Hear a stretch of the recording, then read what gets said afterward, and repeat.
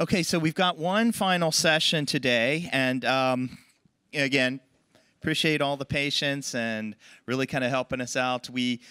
Come on up, Jim. We had a courtship with the Facebook team that we finally got them involved in a Guelph event last fall. Again, it was the Oktoberfest. And Jake Bailey has been running the Discovery Commerce team there for a while. And Jake was kind enough to kind of come on. And Jim, we've known Jake for forever. And they did a really good point. What they're trying to solve is really kind of how do you get discovered. We talked a lot today about, especially in Asia, how challenging it can be to, try to do search engine marketing and so forth and whatnot, hence the rise of the influencers and things like that. So I'm going to welcome Nico to the stage. However, Nico, we've decided, is in a cabin somewhere in this luxurious resort town or something like that. But I really do want to thank the Facebook team for continuing to support us. This is a really interesting topic. It's designing to be discovered. So I'm going to let Nico, kind of join us here. But Jim, thanks again for all your help on this, and we'll be back up to kind of close things out. But final word there before we go into the Facebook. I just want to really thank everyone from the audience through all the sponsors and speakers who've really kind of helped us pull this together. It's really been great to again get everyone back together again, and we'll come back on to say a few final words after we hear from Nico. All right, let's roll it. Thanks. Hello, everyone. My name is Nico Westerman from Facebook's Creative Systems team. Our job is to figure out how to leverage creativity to build meaningful and impactful relationships with customers. Today, I'm going to talk about Design to be Discovered, which is a people-first approach to creating for discovery commerce on our platform. And I think it's especially an interesting approach for anybody who is thinking about a global expansion, is thinking about how can I win new customers in new markets?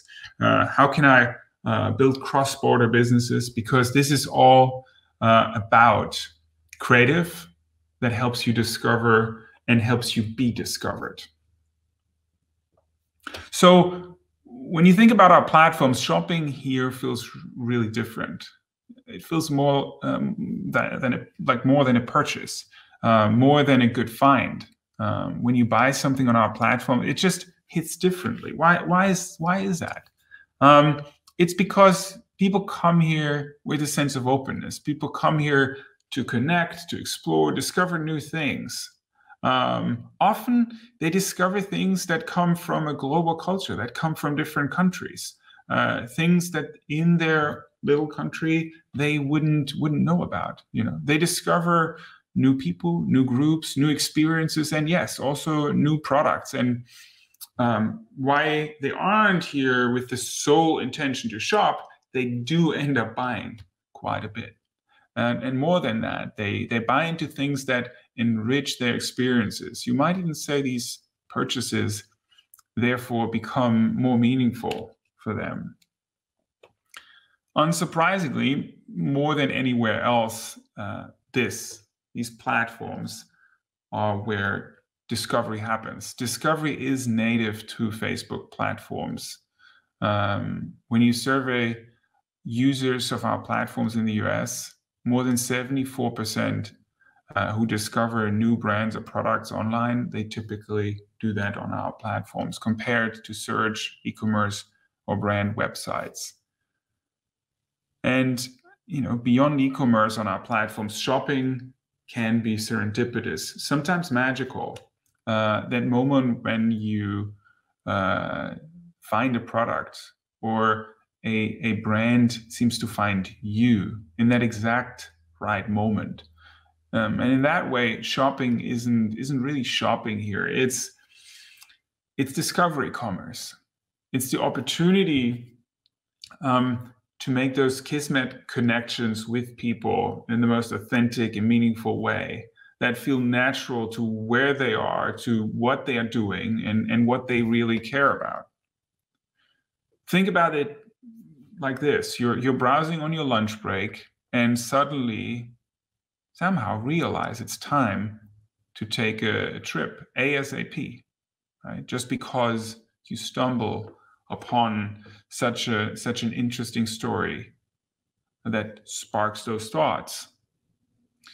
Or you're checking in on a friend only to find yourself reminded that Father's Day is around the corner and you need a solid recommendation. Then there is actually a company helping you with that. It's those serendipitous encounters that happen on our platforms that lead to demand so often. 86% of people that have bought a product in the last 3 months have actually discovered those products on our platforms. So when you think about how do I do this? How do I actually craft for serendipity? This is an art form, especially when you think about how do I craft for new markets? How do I do this when you go into completely new markets, new audiences? It's all about creating that piece of content that turns a passing glance, that passing scroll over into a, wait a second, what was that? That's interesting, i.e. a meaningful discovery that is magnetic, that is worth exploring deeper, that is worth taking action on, and ultimately drive new audiences to buy your product. Now, it matters deeply for who you're creating, because people have different relationships to your brand and to your business. Some people don't even know you or don't have you on your radar. And that's really, really important. That's basically the starting point when you're expanding into new markets. Some people might know you already, might be slightly intrigued, but they're not fully sold yet. And then there's obviously people in your home market that, might know you very well already, have a good relationship with you, that might love you even, but, have been a bit inactive. So for all of these different groups of people, you need a slightly different creative approach to really build that relationship, deepen it, and drive the business. Be that in your home market, be that when you're expanding globally into new markets. And it's really important to remember it's not about hope. Hope is not a strategy. It's not about hoping to be found. It is intentionally designing to be discovered, intentionally figuring out how can I build a creative that sparks interest with those that don't have us on their radar. It's about intentionally feeding the curiosity of those that are intrigued but are not sold yet, and intentionally building creative that rewards the connection that they have with you when this relationship needs a refresh. So let's explore some of these some of these strategies, creative strategies that can help you build creative that drives cross-border businesses, that lets you embark into a global expansion and build the work that drives your business. Let's start with sparking interest. So as you all know, our platforms are a treasure trove for inspiration, for entertainment, for experiences. That's what people come here for, right? And it creates a massive opportunity for brands and businesses to be part of this vibrant culture on the platforms. But it also requires, brands, businesses like you to tap into this culture and communities to thrive here in order to spark people's interest and capture their hearts and minds. And because they come here to be inspired, we got to think about, what are their interests? What is it that's happening in their culture? What are the things that they are keen to learn about? Let's just see a couple of approaches here, right? A very simple one is thinking about how you can delight the imaginations with creative storytelling and unmistakable truth about your brand and product. Like Arctic here, which did not just showcase a product and tell people how amazing their product is, but really put it in the context of their lives and what it can mean for their experiences. Or go a step further, like Andar from Korea, right? Which tapped into a broader issue in that community around body positivity, and they said, we believe in body positivity, and we're going to basically create a Hakuna Matata for body positivity around our brand, and reposition us, especially with younger audiences, with this anthemic approach that young people could really relate to and pick up as their own. And they massively drove ROAS with this because they understood the culture in which people live and the issues that were imminent in this culture. People come here to be inspired, not full stop, but by others. That's really important here. This is a communal effort in a communal setting where young people really openly say, yes, I trust influencers, creators more than brands, and I'm more interested in that. So the question is, how can you tap into this unfiltered magnetism of creator authenticity? How can you leverage creators to tell the stories that your brand can tell, or the stories that these creators have much bigger authenticity in? It's a huge opportunity. What we've found, though, is that it's not just about choosing the right creator. It's always the creator plus the relevancy of the content, of the story they are telling. That often gets forgotten. That you can't just slap a creator or influencer on it and then it's all working out fine. No, you need to give the creator the power to tell the story in the way that makes them magic, that has made them interesting to people. So empower them in their originality to tell your brand story, your product story in their way. Then we go into feeding curiosity. We're now talking about people that might be intrigued but not sold. And you also know that people come to our platforms to dig in and go deeper. It's really super intuitive on our platforms to interact, to make choices, to explore deeper when something has sparked your interest. What we are seeing is that when people do that, they often feel a much deeper sense of ownership towards a product, a stronger relationship with the business if they do that. So how can we tap into this intuitive interaction that people are in every single day on these platforms? One way is to enrich their discovery with interactive experiences that really close the loop. Interactive experiences and ideas that allow them to unpack your offerings on their terms, in their language, in their way of expressing, and thereby creating the sense of co-ownership.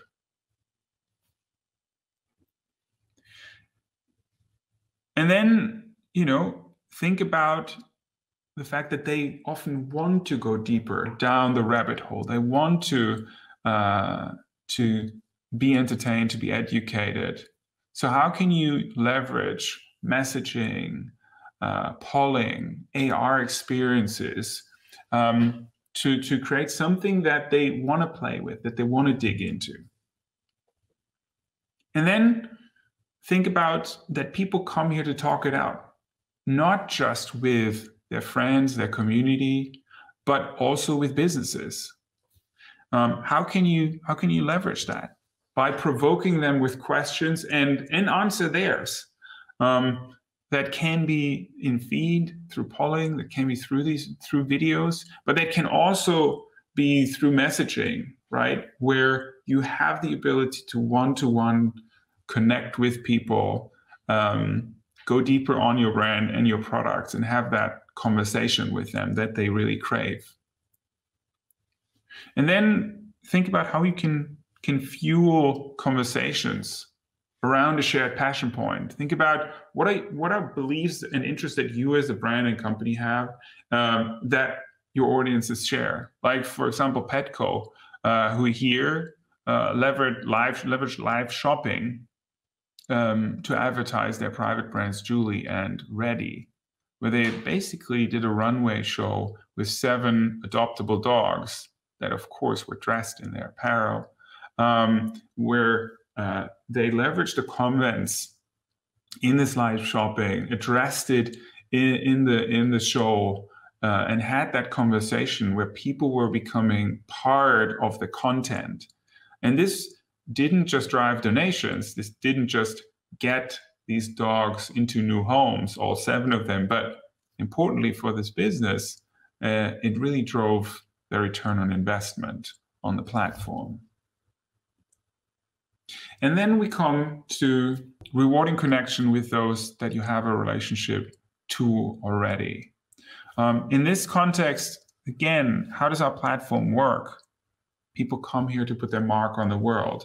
They come here to tell their stories, to curate inspiration for others, to play with creativity, filters, give stickers, edit their own reels. They want to put out a mark in the world. They want to participate and add to this culture. How can you as a business and a brand leverage that and make it part of your stories? One way is to design something that people can create together, right? What if you create an endless piece of content that everyone can jump in? For example, here, Douglas Cosmetics for Valentine's Day, inspiring people to create and share their own renditions of I was made for loving me, where thousands of people jumped in and made it their own, made their brand story, their business story, their very own in their community. Or think about how to build a virtual playground for your product experiences. Right here, Sephora launched a new fragrance called Do Not Drink. But how do you get a new fragrance across in these devices? Because unfortunately, these phones don't convey smell yet. So we worked together with 2 creators, one Spark AR creator to actually create these effects, and a content creator who dabbles in neuroscience and was able to convey the smell, the scent, the taste of these fragrances through these AR experiences, 3D AR renderings. This didn't just make Do Not Drink the #1 bestseller in volume for them, but it actually also lowered the CPM by 35%.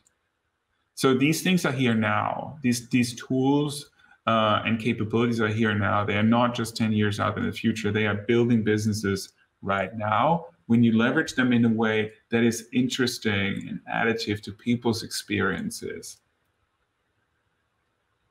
And then always think about how to get people in on the action, right? How can you turn the expected moment, like here, the big billion days, which is India's Black Friday, into an experience worth sharing? During the pandemic, Walmart turned what once was kind of a shopping celebration into a shared opportunity to save big. So they basically rewarded longtime shoppers, people that they had a relationship with an invitation to play and win big, and then giving these people the tools to invite their friends in on the fun. So the better their team scored, the better their unique savings became. And they really turned this kind of boring sales day into something really fun and worth sharing. And they won 230,000 new unique users, which was a huge success for them. So this are hopefully some good inspiration starting points for you to think about how you can design to be discovered, how you can spark interest amongst those that are not on your radar yet. how you can feed curiosity when they're not intrigued, when they're intrigued but not sold yet, and how you can reward connection when the relationship with them needs a refresh. And of course, use what you know about how to approach our platforms. Test and learn and see what is working for you, what is working for which types of audiences. And especially when going into new markets, I think this is a highly strategic approach to figure out how can we open up a whole new market, whole new audiences, bring them closer to our brands and let them onto our products and ultimately build business. So I hope this was useful, inspiring for you all, and I'm looking forward to see how you design to be discovered and how you build your business through discovery commerce. Thank you very much. Okay, thank you, Nico. It was interesting earlier when we were having the China panel and Kylie was talking about how they have a very extensive influencer network. And one of their big challenges and one of their big opportunities is how to create all sorts of localized content to reinforce the messaging and to obviously adapt to local customs and all. So this whole idea of designing to be discovered, I think there's going to be an increasing amount of utility and usefulness in the Guelph community. So again, thanks to the Facebook folks for helping us close. And we have the three of us up here. Jim, Scott, thanks for all the help putting this together. Scott, maybe you could just kind of say a little bit of a thanks. I know the Commerce Next team was huge and behind the scenes, very much so. So big shout out to your team at Commerce Next. Thanks. I think it was good to bring these two communities together. I think as we're watching cross-border and global e-commerce become more popular, I think everyone in marketing and other functions that normally weren't paying as much attention to it should be. And this is great exposure for them, and I think advances the Guelph mission of spreading the word about the opportunities for global e-commerce, cross-border, international. Definitely. I think that one of the big takeaways, I think, for anyone, it has been, we've heard, the opportunity is clearly there. All the data certainly backs up, where there's been a tremendous, growth opportunity for any brand or retailer who kind of chooses to really go after the international business. But I think what we heard, throughout has really been, it takes a village. The ecosystems that are really required. We've heard from so many, speakers these last 2 days in terms of how they couldn't do it alone. And that partly that's a nod to their internal teams, but clearly it's also a nod to their business partners who are really kind of enabling a lot of this fast go-to-market that really is making that potential a reality. And so I think that's been really kind of exciting just to hear from so many different people in terms of how they've really made that theoretical potential a reality. Yeah, and I agree with Jim. Big shout out to all the speakers that have helped us, both the retailers and the brand e-commerce leaders, but also our sponsors. It's always interesting, and something we've seen for, it's almost 10 years now that we've been doing this, is, a lot of the expertise lies in the solution provider community, and I think a lot of that was on display today. I do want to give a shout out and a thanks to all our sponsors. A special shout out to our title sponsors, Reach to my right, ESW to the left. ESW and Metapack were our dinner sponsors last night, so it was a great dinner, and it was interesting because I was talking to Patrick, and we were just talking about how the dialogue is changing about cross-border, and I've woven that into some of the content today, but this idea of global direct-to-consumer. Well, you can't sell and service and track the customer journey unless you're selling globally. So I think, to your point, Jim, I think that's one of the big takeaways today. So you've seen a lot of us. You've heard a lot from us. So we'll wrap things up. We will be back in Los Angeles in mid-February at Guelph, LA. So we're really looking forward to kind of reconnecting with our West Coast community. We'll have some virtual programs going on throughout the year. Again, Scott, Thanks to you and the Commerce Next team for bringing this all home. And I guess at this point we say goodbye. And if anyone's watching this on the recording, we hope to see you in person, because it was amazing to get everyone together in person for the first time in a year and a half, 2 years. So we hope that is a trend that's going to continue, and that we're going to see a lot of new faces and existing friends in LA back in February. Thanks, everyone. Oh, and by the way, Scott's haircut makes him look like an aging rock star. A really aging.